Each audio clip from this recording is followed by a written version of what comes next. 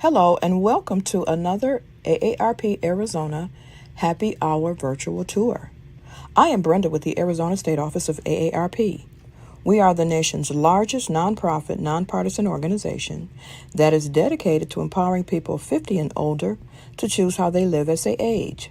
With a nationwide presence, AARP strengthens communities and advocates for what matters most to the more than 100 million Americans 50 plus and their families: health security, financial stability, and personal fulfillment. AARP also produces the nation's largest circulation publications, the AARP Magazine and the AARP Bulletin.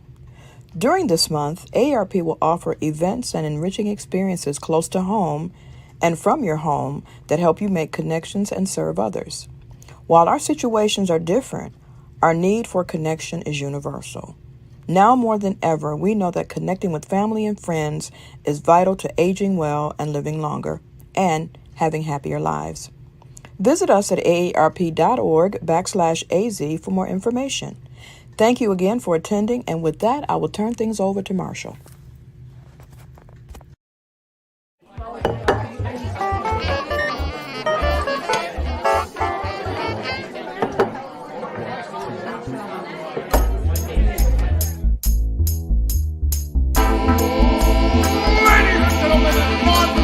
Folks, welcome to the show. Get ready to meet your host for the night, Arizona's very own hip historian himself, Marshall Shore. Well, hello and good evening. I want to welcome you all to Arizona History Happy Hour. I am so happy that you can join us tonight. Oh my, indeed. So I want to welcome you, whether you are watching on Twitch, YouTube, LinkedIn, Facebook, or even listening to us on Spotify. So thank you so much for joining us. My name is Marshall Shore, and I am the host of Arizona History Happy Hour. Today is October 5th. And, there's a lot going on October 5th.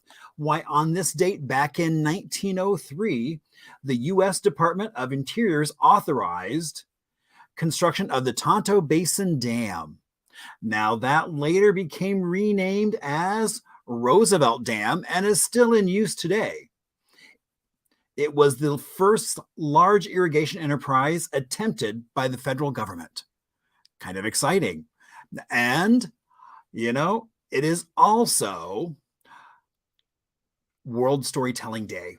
It's one of those things I'm not shocked is in October because, this is the season when people are starting to tell ghost stories, sitting around maybe even a campfire. It's warm, it's cool enough, even here in the Southwest, to maybe need a little bit of a fire at night and share some of those ghost stories. It is also Be Nice to Someone Else Day. So, you can easily put a smile on someone's face, even as quickly as smiling at them or saying something nice. And, the goal is that they will pay it forward and repeat the same thing over to someone else, just like you did for them, making everyone's day a little bit better.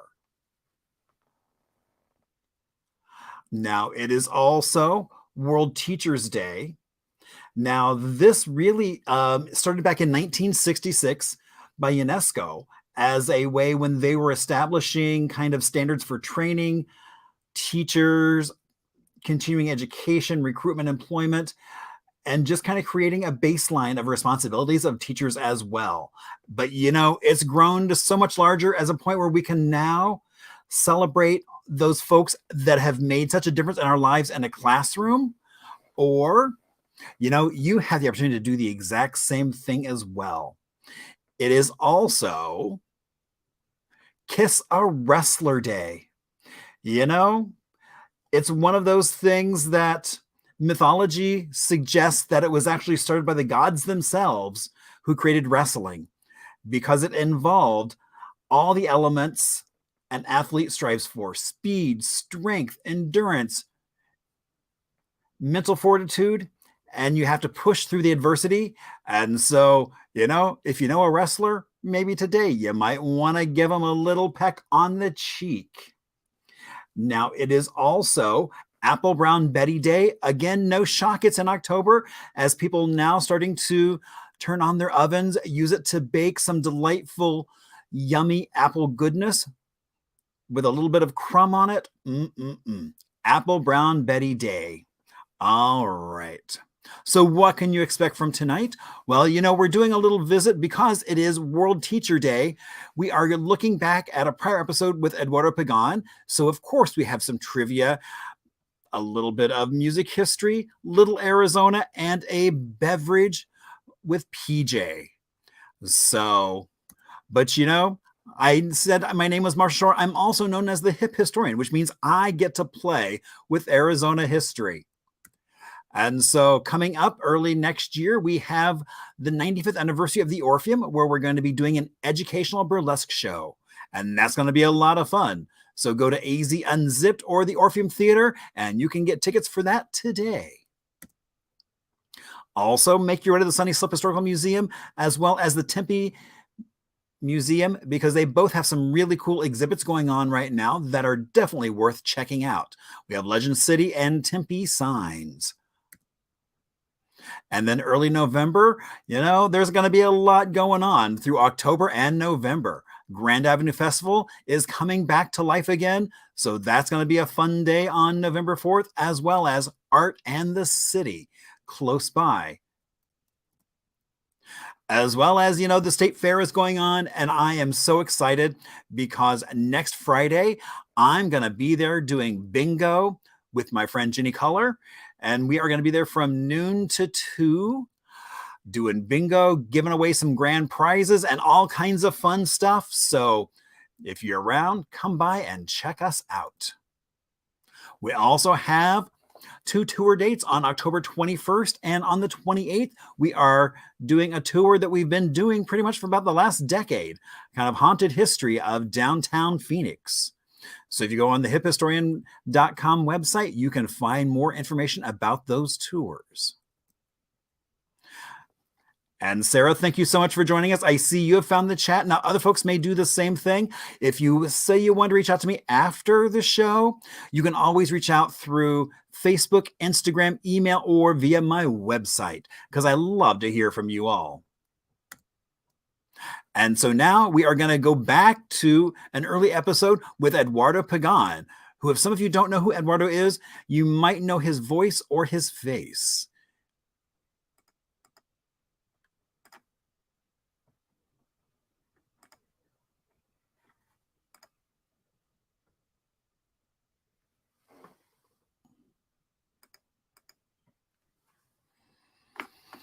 All right. We seem to be having, it's one of the things where it was just playing a moment ago. All right. Let's try something else.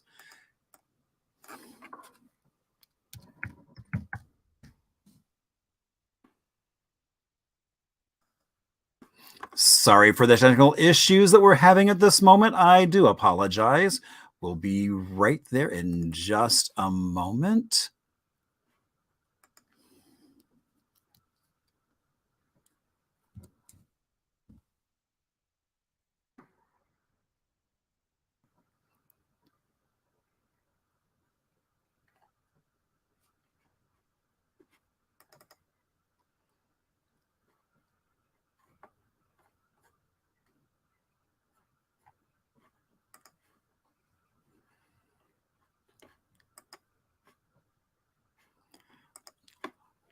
Oh my gosh, I feel so bad.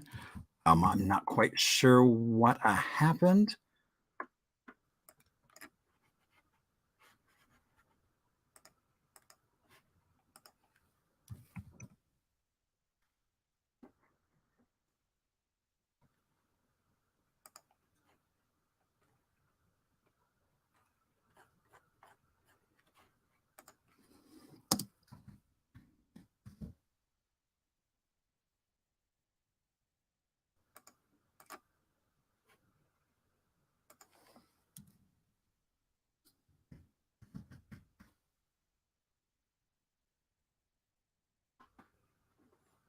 All right, so let's give this another shot.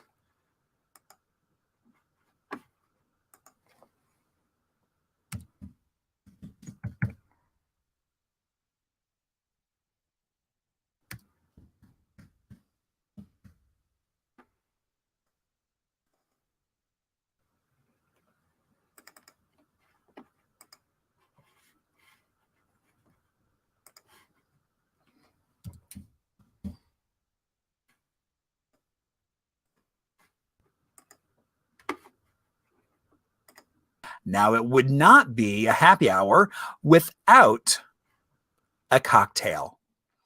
And so tonight, we actually have one that's called Blood on the Grass, because our special guest, when I was talking to my bartender, was like, oh, he wrote a book on the Pleasant Valley Wars, that infamous Grahams-Tewksbury feud. And we may talk a little bit about that tonight, but that's kind of where the idea of this cocktail came from, that it was basically feuding over grass and sheep. So that's why we have a little bit of lemongrass. We have a little bit of Ram's Point whiskey.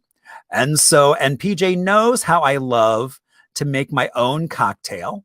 So he has given me that ability, and the fact that he has pre-made my cocktail. All I need to do is pour it in my glass. I mean, and look at how fancy this is. I mean, it's so funny. It's like, he even was like, he even did a little brand for himself. So I'm thinking, maybe that's something PJ needs to have, his own little PJ. Oh, and the focus on my camera is all getting wonky. So yeah. So, it's really nice to be able to have a fancy cocktail where that's all you have to do. In fact, he even gave me garnish, which is a little bit of lemongrass and a kumquat. So that way, it looks like I went to someplace fancy and got myself a cocktail. Well, I did go to someplace fancy. I went to my house. So,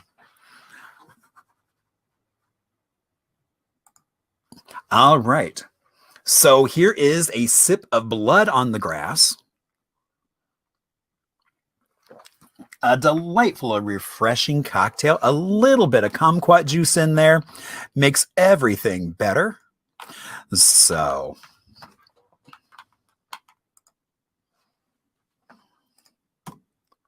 all right. So for show and tell, I'm going to talk about one of my favorite books, which I know I've mentioned in the past, but I always find it such a useful resource. And it is, and it's also the same as my green screen. So let's see so it is Arizona Place Names by Will Barnes. And it is an alphabetical listing of towns across Arizona. And it gives you a little information about that many towns. Look how many towns. That's a lot of places. I mean, look at that. I mean, and it's always kind of fascinating because it tells you kind of how the town came about. It kind of gives you a little bit of history, maybe of the name, and even possibly when it was founded, maybe some of the folks that were involved with it. So it's one of my go-to sources.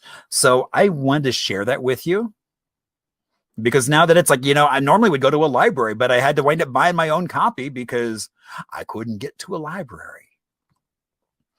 And so I'm really happy to say that for this first show of the year, we have on Eduardo Pagan. So the first time I ever saw Eduardo was actually on a PBS show called History Detectives. And then it's like, it's funny because we kept kind of running into each other at different events, at conferences and things like that.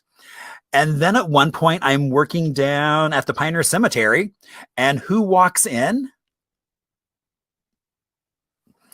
Eduardo and his son and his wife, because there was an Eagle Scout project on the docket. And so without any further ado, let me bring on. Oh my gosh, it is so good to see you. It's good to see you too. I was thinking back, when was the first time we met? I now that you describe it, I remember it. but it's just like you've always been around, right? So Oh, yeah, right. It's so funny. It's kind of like you realize everything's like in a big cycle. It's like, wow. right. Yeah, well, I mean, I see you as part of my tribe. You're a history geek just like I am, and so Right. it's like, yeah, you're one of us. Oh, very much so. So tell us a little bit about yourself, Eduardo, because a lot of people may not know who you are. They probably weren't addicted to history detectives like I was. Yeah. So born and raised in Arizona.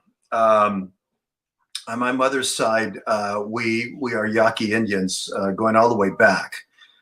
This is a group that is home based in the Rio Yaqui in Sonora, but there was a diaspora, of course, which then, of course, there's a community down in Tucson, also in Guadalupe in South Phoenix, and just south of Scottsdale, which is close to where I grew up as well. So, for me, I feel like I have roots that go far back in Arizona. But I'll share with you something that few people know.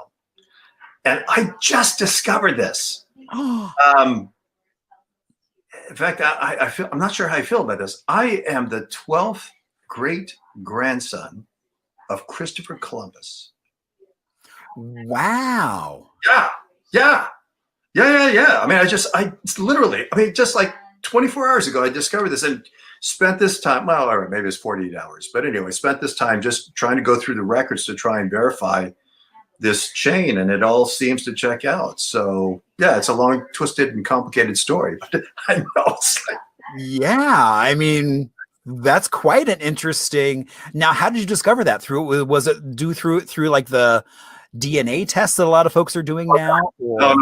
So I use Ancestry.com quite a bit in my research because it has access to lots of databases that are out there, and saves a lot of time and money, quite honestly, in doing research. And I got this link in the email that said something like, are you related to royalty or something like that? And I always just like, no, I'm not. I'm not. And just on a lark, before I deleted it, I clicked it, and that's when I found this connection. And as I said, as far as I can verify from documents, it seems to be legitimate. So there we are. I'm not sure how I feel about this. I was going to say, I'm like kind of a little feuding yourself for Columbus Day.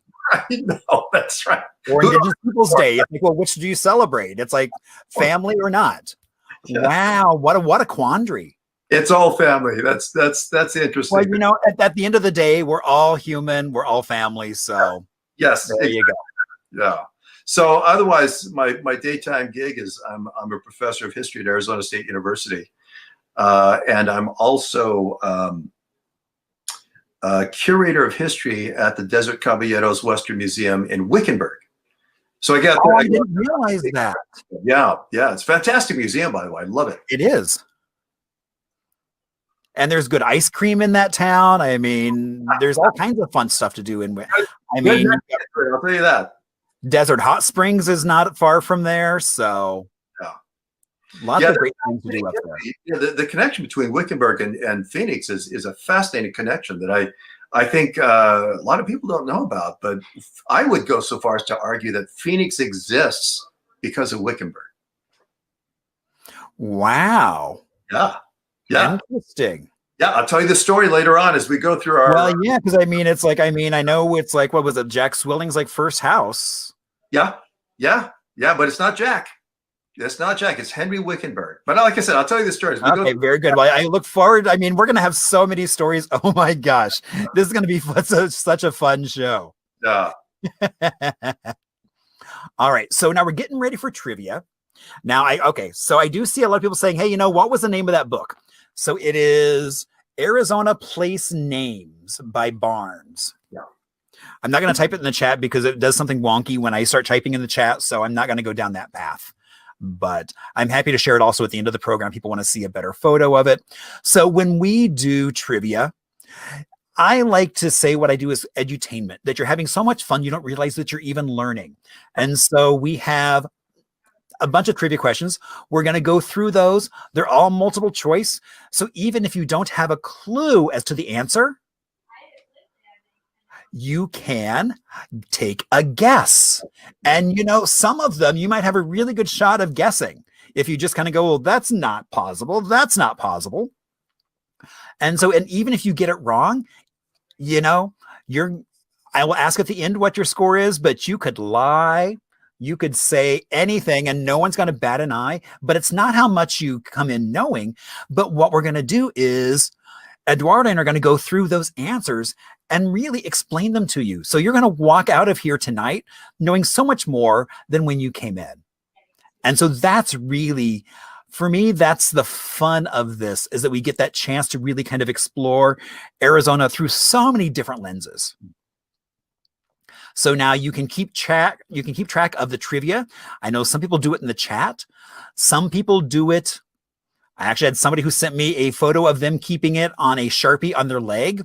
Whatever you're comfortable with, if it's a grease pencil on a hoagie, or I guess mustard or something, have at it. Whatever makes you happy, you go.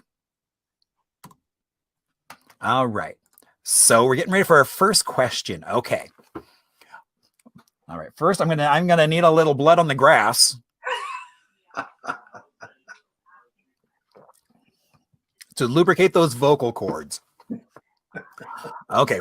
Question number 1. Why are there not more Spanish missions in Arizona? A, the terrain was too daunting for Spanish settlers. B, the Arizona Indians were well armed, organized, and very resistant to Spanish missionizing. C, Spain had difficulty attracting or compelling colonists to the area. Or D, Spain could never conquer Arizona Indians, but only by their cooperation. Now, not by in here, but in terms of trading, things like that for their cooperation. So which one of those do you think is the answer? So go ahead and lock in your final answer. So Marshall, while people are marking their answer, can I just jump in real? I get this question often, the term Indians. Why do I use the term Indians? Before I came back home to Arizona, I worked in Washington, D.C. with the National Endowment for the Humanities. And part of my portfolio was to work with tribal colleges. And I visited many of them. Not all of them, but certainly many of them. And one of the things that stood out to me was that the most common term that I heard at the tribal colleges on the reservations was the term Indian. Well, it wasn't Native American. It wasn't First Nations. It wasn't Indigenous. Indian was a term that I heard on the reservations. So I use that term as well, because this is the term that my Native colleagues use as well. So just to explain that, every once in a while people ask me, well, why do you use that term? And it's because it's the term that I've heard most often on reservations. Okay, thank you for that. Okay. All right, question 2.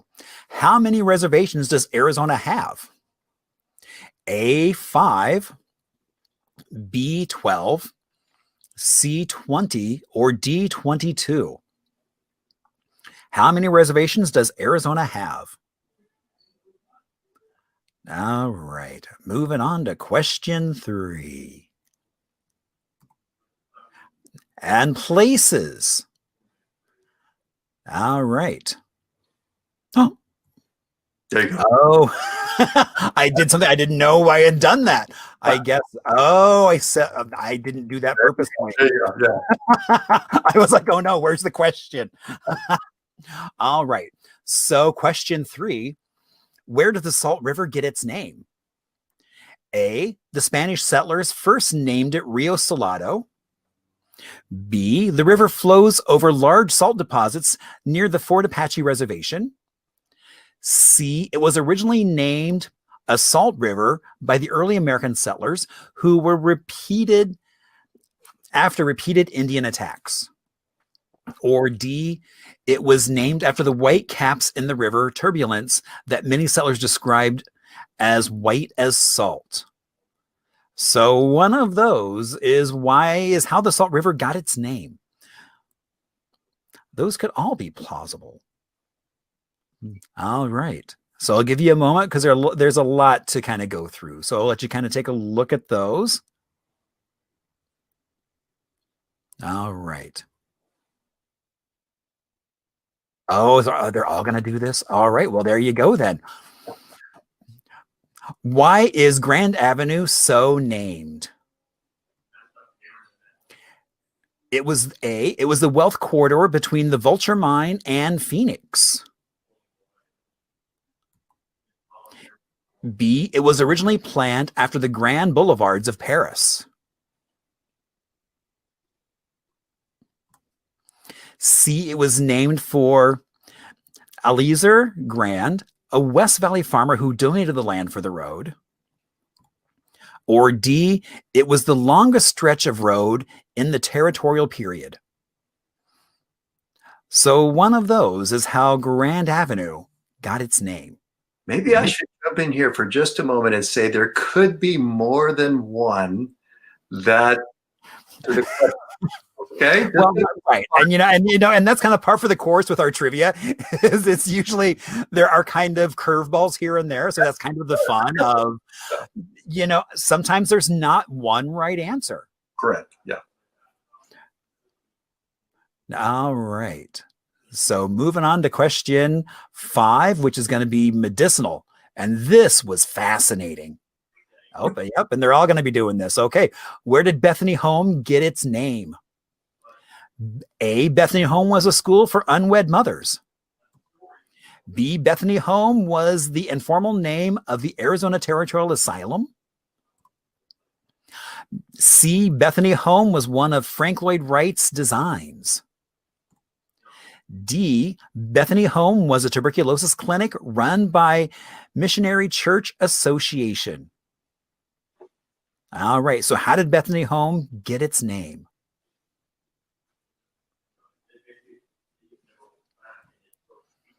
Oh, and I guess we're back to, now you might have to hop in here for some of these pronunciations because.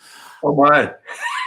Okay, then we'll just say A and we'll leave it at that. So, okay. What medicinal crop did 19th century investors try to raise in Arizona?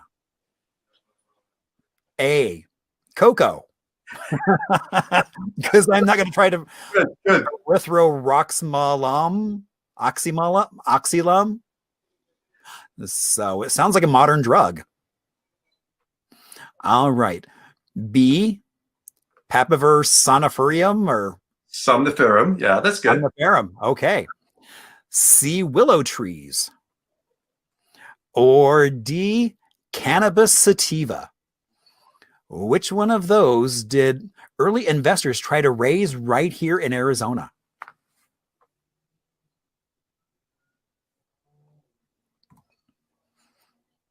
And now we get into the infamous 5 C's, the historical 5 C's. That's right. There's all this talk about what the new C's are. So since some of the old C's aren't quite as valid as they once were, I guess we're back to this. Why is Pima cotton so named? The Akimel Odom or Pima cultivated long staple cotton before the coming of the Americans. It is short for the scientific classification Gossypium.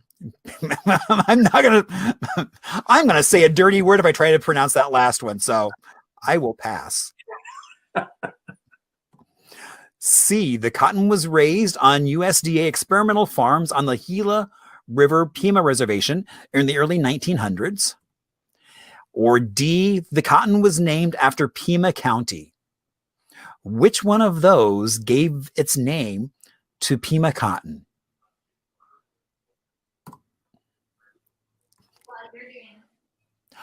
Where were the corporate headquarters of Clifton's Arizona Copper Company located?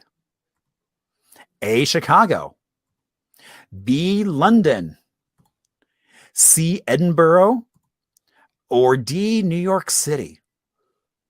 Where was the headquarters for Clifton's Arizona Copper Company?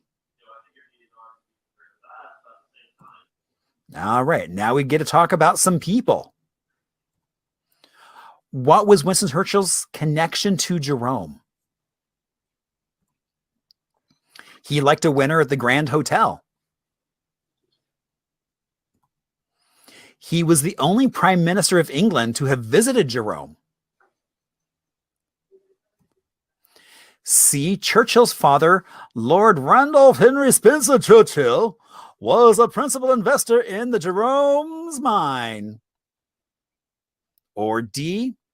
Eugene Jerome was a first cousin to Jenny Jerome, Lady Randolph Churchill, or Winston Churchill's mom.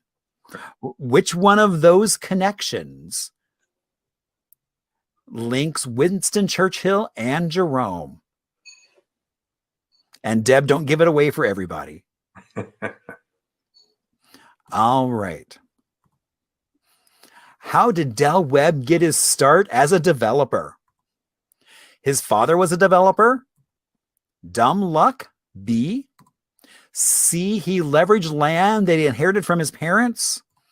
Or D. He was a land speculator.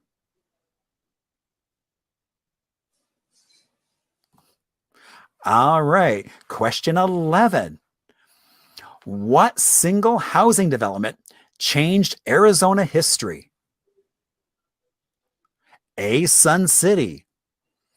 B. The Biltmore. C. The Wigwam. Or D. Goodyear. Which one of those housing developments changed Arizona history?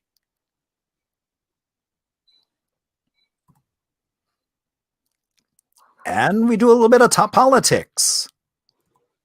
What took Arizona so long to become a state? It was too wild and uncivilized, A. B. It was too dangerous. C. It did not have a sufficient population base. Or D. It was too politically progressive. All right. So while you're figuring out your answers, and maybe before you take a bite of your sandwich, writing them down someplace else, whatever. So, just bear with us for a moment. We're going to do a little bit of Arizona music history. And after that, we'll come back with the answers. Now, with Arizona music history, I don't have the rights to much music. So guess what? We actually don't play music for Arizona music history. I'm actually trying to figure something out. If I can get word from the artist that I can play their music, then I can do that, but I have no copyright. So we are going to talk about Calexico. But you can hum a few bars, right, Marshall? I sound good in the shower. Okay. When I do karaoke, which I don't mind doing, they don't play it back when I'm done because it's that painful. Take a few more swigs of your drink. And then I'll just be swinging away. That's right. So Calexico is a band from Tucson. Their core members are Joey Burns and John Cavertino. They kind of came into their own after playing with some other bands in '96. They released their first album. And then they basically started kind of playing with some other mainstays, such as folks like Nico Case, that are part of the Arizona music scene. Their music style has been influenced from traditional Latin sounds of mariachi, cumbia, tejano, and mixed with country, jazz, post-rock, a little bit of everything. Now, the band's name actually does come from the border town of Calexico, California, and their style of music has been named by many as Desert Noir. They've got over a dozen albums. They've worked on at least one soundtrack for a movie. And, it was so funny. When I moved to Arizona, I had heard of Calexico. I then had the opportunity to actually travel to Vienna. So I'm in this little kind of arty cafe in Vienna. And what suddenly pops on, not just the speakers, but when I go to check out and pay for the trinkets and things that I bought, they were selling Calexico CD in Vienna, which I didn't realize at that point they had such an international reach, which I thought was pretty amazing.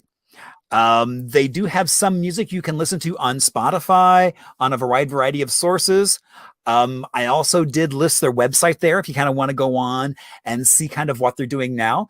Their latest album was actually Christmas music or holiday music.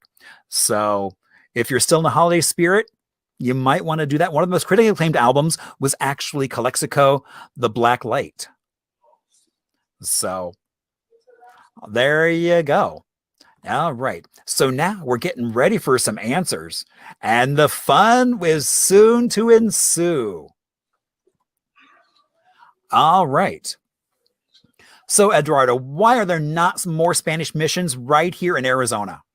So I have to apologize and confess that this one is a trick question. For this reason, is that they're all correct. Ah, That's there wasn't just one reason, but there were many reasons. Part of the reason why Spain had such difficulty in recruiting or inducing settlers to go further north than Tucson was it because of all of the very well organized and well armed native communities that lived in north of Tucson, basically north of the Santa Cruz River. So all of those answers were correct about why Spain didn't have more of a presence in Arizona.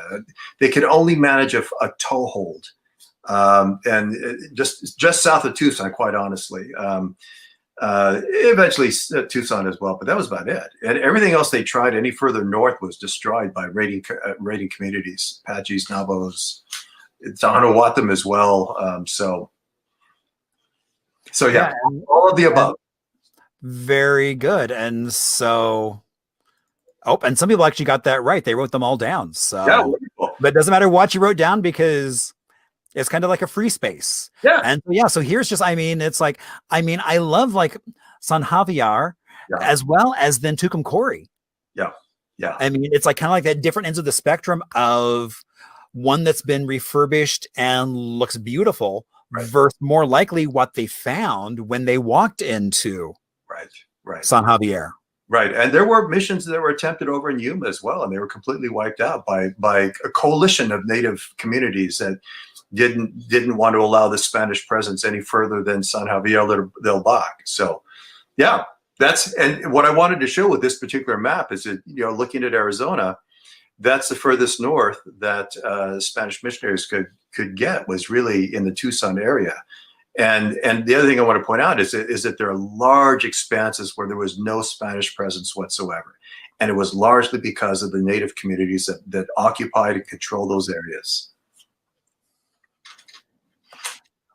That makes sense. Yeah, so just a few more graphs. There's a line graph, just kind of like that's the furthest north they went. Just hit the keyboard one more time. There we go. There you go, and one more time as well. Yeah. All right, and so just to show you that this was an empty land. This was well occupied land. Right. You had mentioned earlier in coming out to Arizona. I kind of had a similar kind of experience. Now, of course, I'm born and raised here, but when I went back east to study in graduate school, I'd have friends come and visit me and they would say, "Oh, there's so much history here."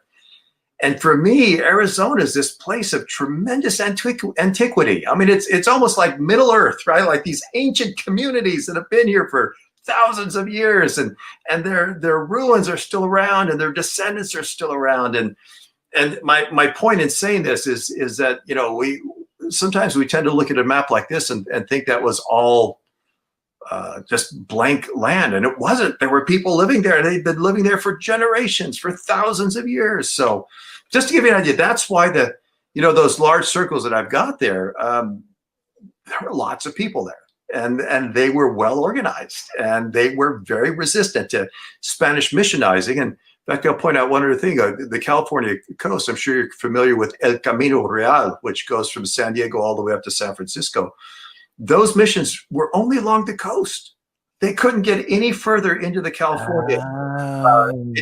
California is because of the native communities there that were very, very resistant to Spanish missionizing. So, yeah. So again, this is all to say that this is a place of great antiquity. And that's always surprising. It's like, I think because such of the history in so many cases is buried, you have to dig for it literally.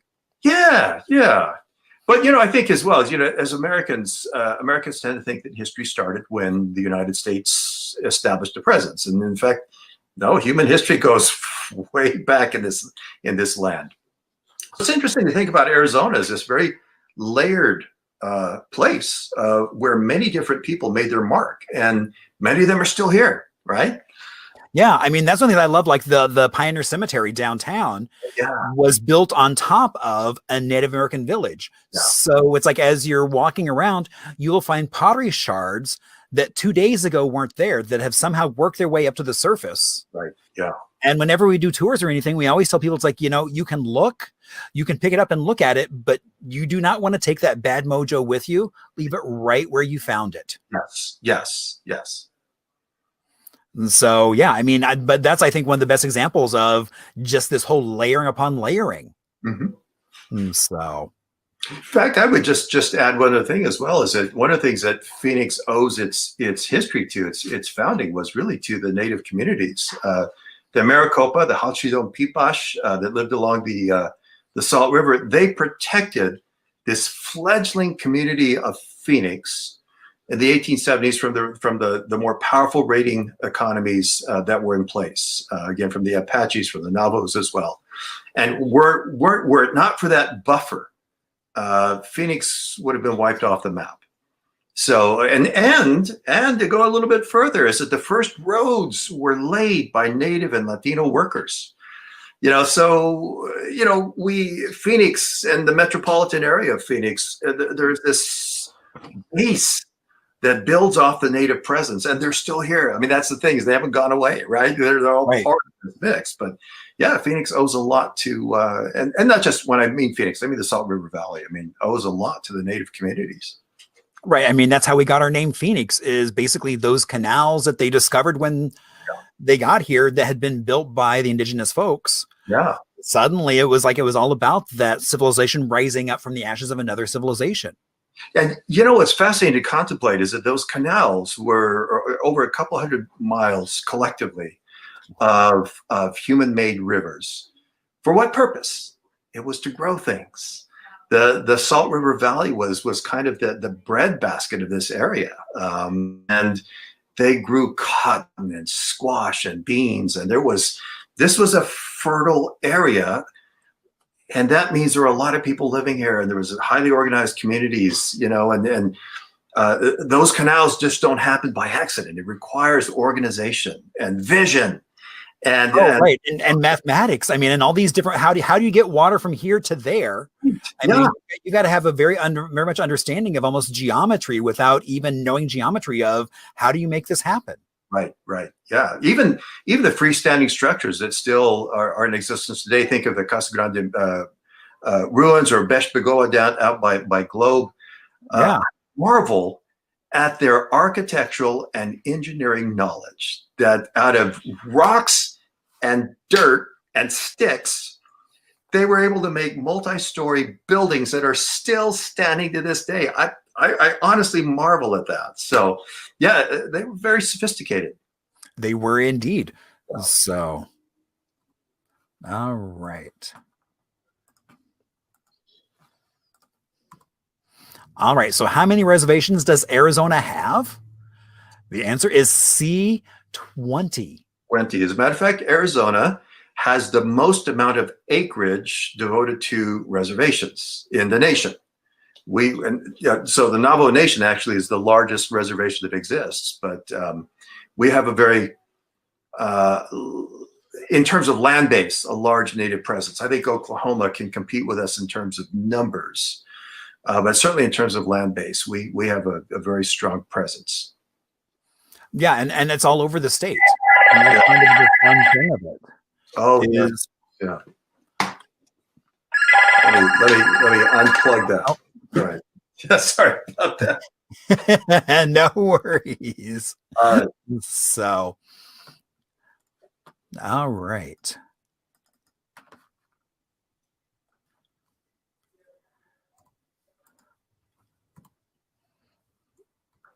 All right. The Salt River. Yes, the Salt River. So This is interesting, and thank you for putting this other map as well. Is that the Salt River actually gets its name because it's the confluence of two different rivers over by the Apache Reservation in the east of Arizona, and the waters actually go by salt flats, which made the water itself, by the time it came into the Salt River area, it had a salty taste to it. I wouldn't say it's as salty as seawater. And obviously, I haven't tasted it back in colonial days, but there are no reports that it was not drinkable. But yeah, that's where it gets its name. Actually, was, and the some people might wonder about the first option about the Spanish naming it Rio Salado, and that certainly was one of the names.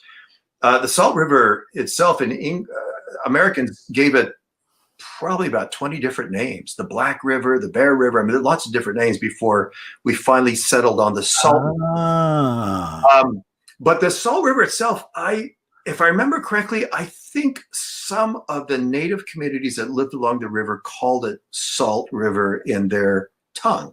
So okay. What the first name it, Rio Salado. They were simply, again, as they asked their guides or as they came across communities, like, what do you call this thing? And so this is where they then came up with the name Rio Salado. But it's for that reason, because it ran past salt flats and gave it a kind of salty taste. Oh, wow. Very cool. All right. Grand Avenue. Indeed, it is a grand avenue. I mean, the fact that it cuts it out of a city of a grid, I mean, it's that only 45-degree angle street. Right. So we were talking earlier about Wickenburg and the reason why Phoenix exists, and it owes its existence to Wickenburg. Up in Wickenburg was the Vulture Mine. And the Vulture Mine, I believe, was the most productive gold mine in Arizona and Arizona's history. The problem with Wickenburg, there were, in fact, at its peak, there were 2,000 miners up in the Wickenburg area. There's no farmland. It's mountain and it's rocky and it's dry, right? I mean, there's no farmland. You've got 2,000 people you've got to feed. So Henry Wickenburg had a problem. And it was Jack Swilling, you'd mentioned it before. Jack Swilling came up with this cockamamie idea that had hit him earlier as he had scouted around in the Salt River Valley and came across these Hohokam canals. He had this idea that if they could somehow clear out the canals that had been clogged up by about 4 centuries of desert scrub, they could clear it out. They could create these canals that would then reinvigorate the Salt River Valley, right? And he proposed a scheme to Henry Wickenburg, and Wickenburg went for it. And so he underwrote the Swilling Canal Company, and Jack Swilling then got his start in Phoenix, but it was all to be able to feed the miners up in Wickenburg. So Grand Avenue was the connection between Phoenix and Wickenburg. So the gold came down from Wickenburg to purchase supplies and goods from the farming community of Phoenix and Peoria and Alhambra, right? They're all along that diagonal grid. They were all started as farming communities to feed the miners up in Wickenburg. And that's where the wealth began to flow down into these tiny communities at the time. We're talking a couple hundred people back in the 1870s. I think 250, if I remember. 1877 was a census that was taken in Phoenix. And there were about 250 people there. But they were agricultural communities. In fact, Peoria gets its name because of farmers that were recruited from Peoria, Arizona. I'm sorry, Illinois. That's where it gets its name. Buckeye from settlers from the Buckeye State, right? So yeah, there was a vested interest on the part of developers in Arizona to make the desert blossom. And to grow things. And that's why farmers were recruited out to this area, but they needed money. So yeah, so Grand Avenue was actually that cash corridor, but at the same time, as you pointed out, it's the longest stretch in the territory. In fact, I think we've got a map that kind of shows you that. This map is a map now it's a grid map, and it shows where all the Hohokam canals are. But it gives you an idea. The metropolitan Phoenix area is laid out in a grid anyway, so it kind of gives you an idea of what our streets look like. But that road was the longest road in the territory, and it went all the way up to Wickenburg. So it's one of the reasons why it was named Grand Avenue. And now, I mean, and now it's like the epicenter of the art scene, from that kind of that 7th Avenue stop to the start of it to really about 15th Avenue. I mean, there's so much arts going along there. Hey, listen, I got to drop this on you. So I don't know if we have time to cover this, but there were stories about Grand Avenue being haunted by the men who had been killed. Now, so think about this. So you've got wagons of gold coming down from Wickenburg, and a lot of bad actors knew that. And so they would lay in wait to attack the wagons. And there were stories that found their way into the Arizona Republic. Back then it was the Arizona Republican, about stage drivers who would swear that they saw apparitions along the trail, and they surmised it was probably people had been killed, and there were ambushes, right? As the gold was traveling. Right. I'm sure people were looking for a way to make money quick. Exactly. And there's stories of hauntings along Grand Avenue. Wow. Now I do want to pop on. Karen's got a comment that her great-great-grandfather owned the Vulture Mine at one point. Right. Yeah. So Henry Wickenburg sold it. And I don't recall the date, but he sold it at one point. And I know it passed hands, but from the point that it left Wickenburg, I haven't traced who else had it, but that's fantastic. I mean, that's a great, was it great-great-grandfather, if I remember correctly? I mean, he was instrumental in the growth of Phoenix and the metropolitan area. I mean, he was part of that story. So that's a great history. Yeah, and the Vulture Mine, part of it is now actually being actively mined again, but there are parts of it you can actually tour now. Yeah, and you can also do ghost tours. Indeed, you can. Yeah. So I know Deb has done a couple of those up there. So, I find it fascinating. I just got to share you on this theme. Just as two historians, I find it fascinating how places have memories, and not only do they have memories, but they connect with people almost in the subconscious brain. And it's fascinating to me that how many historic places people have stories of sounds that continue, or feelings that continue, or even sightings that continue. And I just find this fascinating, this connection between memory and experience and place. I don't, as a social scientist, I don't have an answer for that about why, but I acknowledge that it's there, and it's common, and I find that fascinating. Yeah, I mean, that's one of the things we actually talk about on our second Saturday Ghost Tours, is there are some spaces that as they change, the energy still does its same thing in that same space. So even now there may be apartments in that space. Mm-hmm. The woman still dances through the walls. I could share you a couple stories, honestly, of speaking of energy that I have no rational scientific explanation for, other than I know what I experienced. Right. So yeah, it's interesting stuff. Indeed it is. We should do a ghost hour at some point. Oh, that would be fun. Actually, no, we should do that in October. Yes, absolutely. That would be a blast. All right. So where did Bethany Home get its name? So it was Bethany Home was actually a tuberculosis facility that was run by the Missionary Church Association. So it was a Christian tuberculosis center. And the point is, go ahead and pull up the next slide, is that a lot of folks don't realize that part of what drew people to the Arizona Territory in the 19th century and early 20th century as well was was tuberculosis. And tuberculosis, one of the they didn't have any remedies, but one of the prescriptions were that people needed to dry their lungs out. And so Arizona at the time, before our artificial lakes changed our humidity, It was pollution. Yes, yeah, a place of dry weather, right? And so a lot of tuberculosis patients came out here, which also facilitated the growth of Phoenix. The healthcare industry was one of the first industries in the metropolitan area. And so I actually had 2 slides for you. One was you did. I mean, you've got the various types of exactly. sanitariums. I mean, you have the very luxe where it's brick, and then you wind up with the very other version. Yeah, yeah, yeah. And yeah. so, well, it's interesting. So I had a friend who recently just passed. He was in his mid-90s. Mm-hmm. And we had talked about Sunny Slope and how that had been Tent City.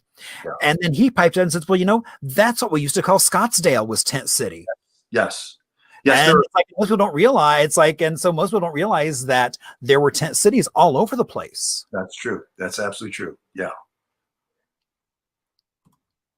All right. So what medicinal crop did 19th century investors try to raise here in Arizona? Opium poppies.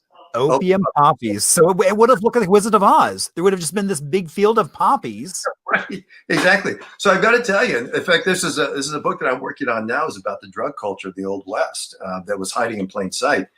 In the 19th century, particularly after the Civil War, hard drugs were sold over the counter. So we're talking heroin, cocaine, morphine. Opium, of course, was available through any number of Chinese workers who had opium dens that were frequented by lots of people. But yeah, there was very active discussion in the 1870s, 1880s by investors of trying to make Arizona the opium producing capital of the United States. Wow. Because of our climate, and the plan was to grow them along the Colorado River. But that was the goal. It was going to be the cash crop, just like cotton was the cash crop in the South. In Arizona, it was going to be opium. Now, the idea never actually took off. And I'm not exactly sure why, because, again, these products were over the counter and were not regulated until the 1920s. So I'm talking about, morphine, which is a derivative of opium, and heroin, if I remember correctly, is a derivative of morphine. They're all synthetics of opium. So I don't know why it didn't take off, but there was active discussion by investors. You could read about it in the newspapers, extolling the virtues of opium and contributing to the Arizona economy, and on and on and on. So now, okay, so you brought up a good point in terms of the research of it was talked about in the newspaper. Yeah. Now, back in, not that long ago, if you were trying to research something through a newspaper, you literally had to go page by page or on microfiche. No. How has that changed? Oh my, that's a great question. So the Library of Congress has a website called chroniclingamerica.org. So it's LOC, chroniclingamerica.org. And it's a database where they have digitized a number of newspapers going all the way back, as early as they can, depending, of course, on the state, right? So our Arizona newspapers really don't go back any earlier than the Civil War. But it's a great resource. You can type in any name or any subject and pull up all the hits of the newspapers that published, on that topic or on that individual. And some cases you can actually, if you're doing genealogical work, you can trace your ancestor because newspapers, they operated like hometown rags. They would literally say things like Marshall Shore's gone on vacation and he'll be gone for 2 weeks. Right, and they would tell you where you're going, and then they would like, oh, and now he's back home. How exciting! Yes, and so you could almost follow people because they would just report on anything, right? So anyway, it's a fantastic resource that I use quite a bit to try and at least understand the reading culture that existed in the 19th century. And people are as newspapers. I wouldn't argue that they're infallible in terms of their accuracy, but at least you understand what people were reading and thinking about, right? And it gives you a window into a world that is very much so. Suddenly you can now keyword search things that would have taken you years to find one article. Yeah. Now you can find it in a matter of minutes. Yes.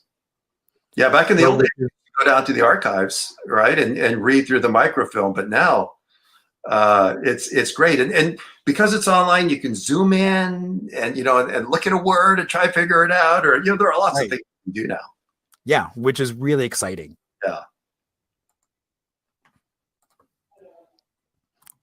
Also, so why is Pima cotton named Pima cotton? Has nothing to do with the Tonawattam. Nothing. No. It was well, I should say nothing. So the USDA experimental farms were on the Gila River Pima Reservation, and this extra long staple cotton was grown on these farms, and the USDA named it after the Pima, as they were called back then, just in honor of the location. But that was it. It's not kind of native grown cotton that that competed with Egyptian cotton, for example.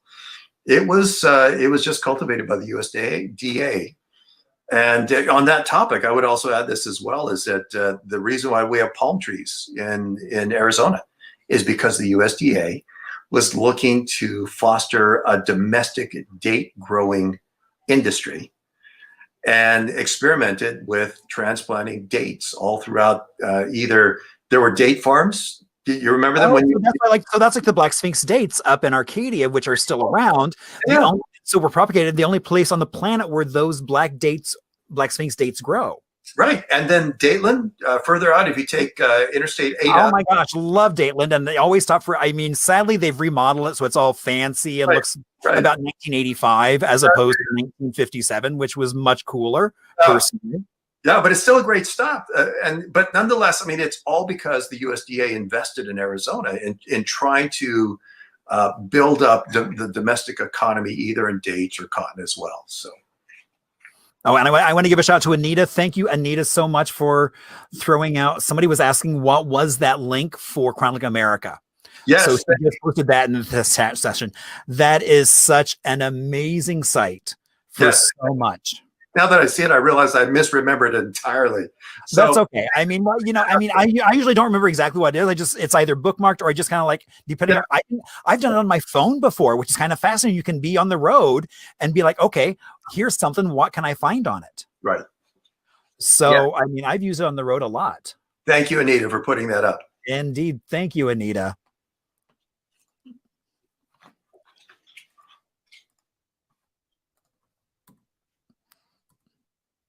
All right. And so where was the corporate headquarters for Clifton, Arizona Copper Company? Edinburgh, which I find so fascinating was that Scottish investors, literally from Scotland, right? Scottish investors, and they sent some of their men to be the mine bosses as well, out to Clifton, down in southeastern Arizona. They contribute again to the development of the copper industry in Arizona. But I find it so fascinating that investors in Edinburgh, in Scotland, right? They were investing in Arizona and helping develop the industry. Well, and Clifton, it's such a beautiful town. Yeah, I'm sure that's what they say in Clifton. But it was so funny. So I did a program several years ago in Clifton, and it's like, I'm probably not going to get to Clifton again. I tried, and it was like, and I was like, well, what should I go see while I'm here? And so they're giving me directions to someone's house in a valley. And I'm like, and it's those country directions that I give as well. It's like, well, you go up here and next to the yellow bird, you turn left, and at the bluebird, then you turn right. And then you go through the circle and you take the third exit. And I'm like, I'm never going to get where I'm supposed to go. And this woman says, I will drive you. So we go out to this valley, and she's like, I come out here yearly and just take a panoramic photo of all around, because she's like, see those beautiful mountains? I'm like, yeah. She's like, see those gray, dark masses in the background? She's like, those were mountains and they were mined. And so now they're dead. Yeah. And she's like, and at some point those will be gone, and then they will start on the beauty, eliminating the last bit of beauty in Clifton.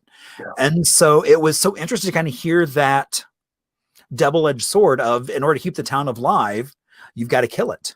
Right. Clifton is an interesting place. It was always a mining town.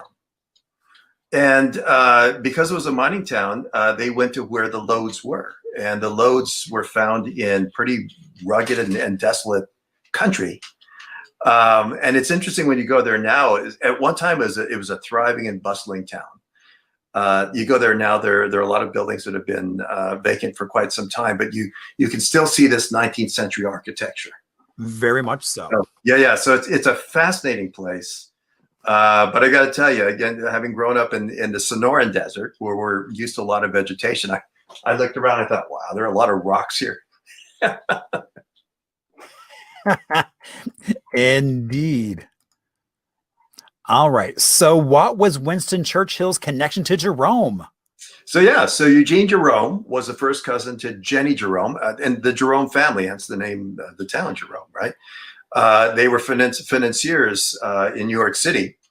I don't know that any of them ever came out to Jerome, actually, but the town was named after them.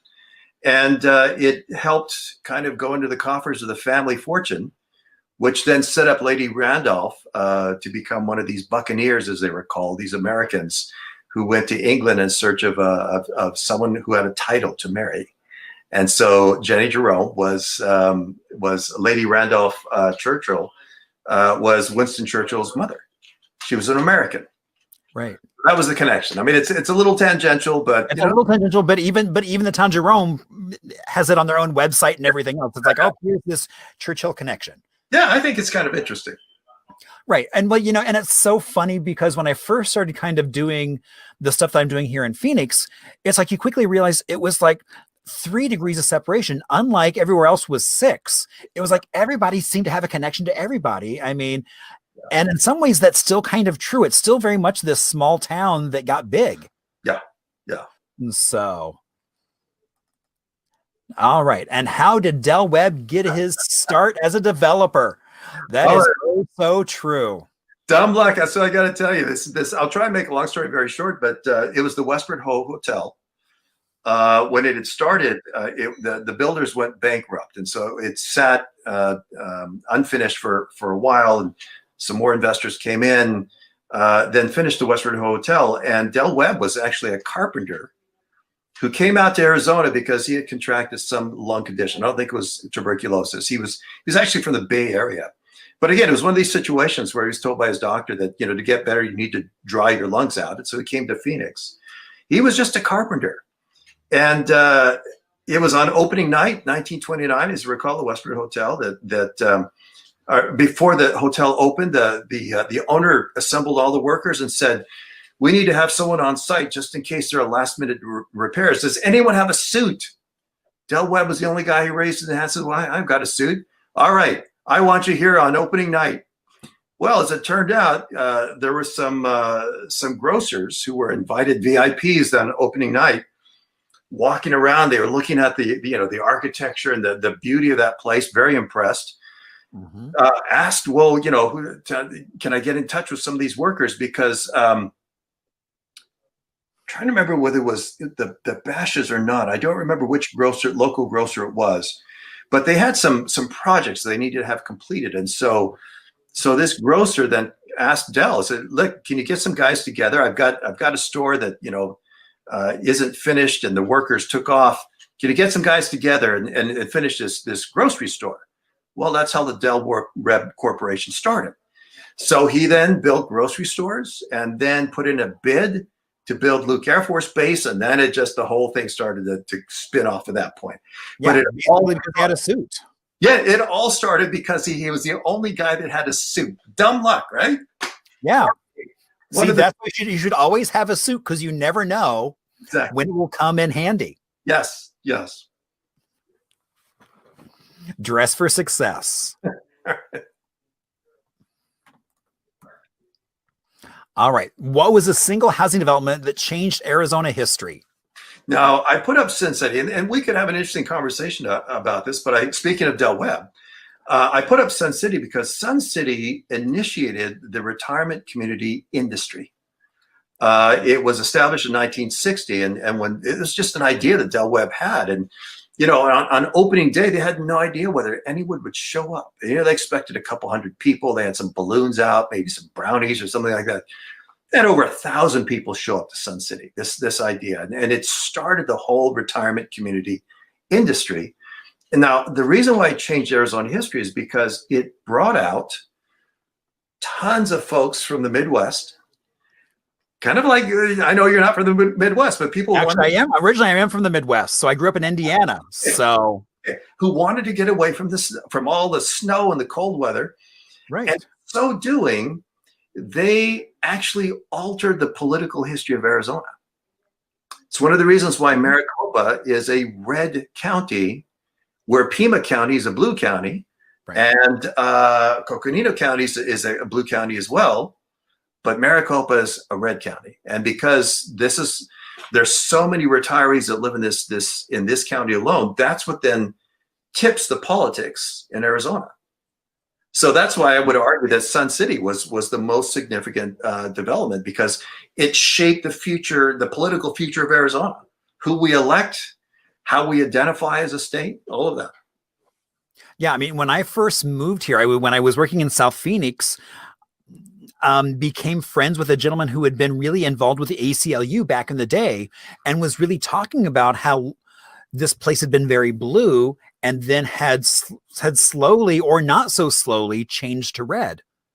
Right, and I would mark that with 1960, the development of Sun City, and just the growth of the valley of a lot of people coming from more conservative places in the nation, coming out here and having an impact on state politics. Yeah, and then it was funny because it's like I was almost expecting it to be Goodyear, because I mean that was such an early in terms of bringing corporate investment into Arizona. Right. And, that would be an interesting conversation. We could, it's certainly, Goodyear was significant. Goodyear, for people who might not know, this was the Goodyear Tire Company. And the reason why they came out here is because of the long staple cotton. The cotton that was used to then develop the threads that go into tires, right? Right. And during wartime, they needed lots of tires across the planet. Right, right. And because they began growing cotton out in Goodyear, or the corporation, they needed people who knew how to work cotton. So they brought out African-American workers to live here, as well as Latino workers. They were recruited to work the cotton. So that had an impact on, again, the growth of Arizona. But I would think, though, Arizona, since the 1960s, think about Barry Goldwater, for example. We've had this reputation up until this past election. We've had this reputation of being a deep red state. And again, if you look at the political map of Arizona, as I said, Pima County, down where Tucson is, blue. Coconino, Yavapai County, up in Flagstaff, northern communities, blue as well. It's Maricopa County, that's red. And because of our large population base, that's what then shifts the overall politics of Arizona. Right. All right. So what took Arizona so long? I mean, it wasn't until 1912 that we actually became a state. Yeah. For 50 years, Arizona actually holds the distinction of being the longest territory that held territorial status before it became a state. And it was actually this, speaking of blue, right? Arizona was too politically progressive in the late 1900s and the late 19th century and the early 20th century as well. And its constitution was rejected a couple times. And it was largely because of the elements that we had in our constitution of referendum, recall, and what's the other one as well? Referendum, recall, and I'm drawing a blank. Maybe one of our viewers can remember what it is, but the ability to recall judges. At the time, it was just too progressive. It might have included direct election of senators. I have to go back and double check on that. But anyway, the Constitution was too progressive for the president, who vetoed the Constitution. It's too progressive for Congress for a while, and in order to get admitted as a state, the Constitutional Convention of Arizona had the wisdom to delete those passages. And once Arizona was admitted as a state, put them back in, right? Yeah, but I mean that was our history for a good what would that be? Probably 50 years or so of Arizona's existence. Was that it was quite a progressive place. A lot of it had to do with our industry. We had workers, miners, for example. Miners tended to be on the forefront of progressive politics in the 19th century as well. So yeah, that's why Arizona took so long to be admitted, is because it was too radical, too politically radical. So thank you so much for coming on and being our first guest of 2021. This has been such a delight. I'm going to hold you to doing a show in October, because I think that would be a lot of fun. Oh, let's do it. Let's do it. I'll share with you some of my stories that again, my rational brain, I have no explanation for why these events happen, but I'm happy to share them with you. But thank you so much for inviting me. This was fun. It's fun to sit back and talk history with someone. Yeah, exactly. Just kind of chat, and yeah. So I Carol Lee's like, hey, yeah, no, Eduardo has to come back. I'm like, I agree. He needs to come back. So we will make that happen. All right. Thank you. Thank you. Thank you so much, and have a great rest of your night. You too. And I want to thank the viewers as well for tuning in. Thank you so much. Indeed. And sticking with us. So, all right. All right. So indeed, because so in case you were wondering, maybe this show wasn't worth sharing when you first started hearing about it. Maybe now you've discovered, oh my gosh, who knew Arizona history was so much fun? So indeed, so if you haven't clicked on that share button, here's your chance to click on that share button. And so that way all your friends will get to see how much fun we're having. And we get to do this every week, which is always so exciting. And so now we're going to go into a So thank you all so much. I mean, it's like, it was such a great time. And, Anita, it's like his schedule is so crazy that it's like, I definitely am on him to try and come back. We're finding time when he will be able to come back and share some of his hauntings. It might not be October. It might wind up being another time. So I definitely do want to make that happen. Oh my gosh. What a fun show. It was so great to see him again and go through that. So now next week, I'm so excited because we have Zarco Guerrero. Now, if you know Zarco, his art with the mask and everything else, he is a natural storyteller, musician, artist, does so much art in the Valley. And so very excited about having him coming on, sharing his personal stories about Arizona. And yes, so that will be coming up next week, next Thursday at 7:00. We will have Zarco. So very happy to see him again. And I always love to give a little shout out to, let's just jump right to Chris and Cole, as well as PJ, for always keeping me well lubricated. As we say goodnight, what I want to do is, I've got some friends that are right now in Albuquerque for the balloon festival there. And so I thought it'd be kind of fun. So I'm actually going to show when Phoenix had its own balloon parade way back in the day. Now, there is no sound to this. It's about 2 minutes long. So please just stick with it. It's well worth watching. You might see Waltz and Ladmo. You might see some other folks in there. So, all right, everyone, I will see you all next week.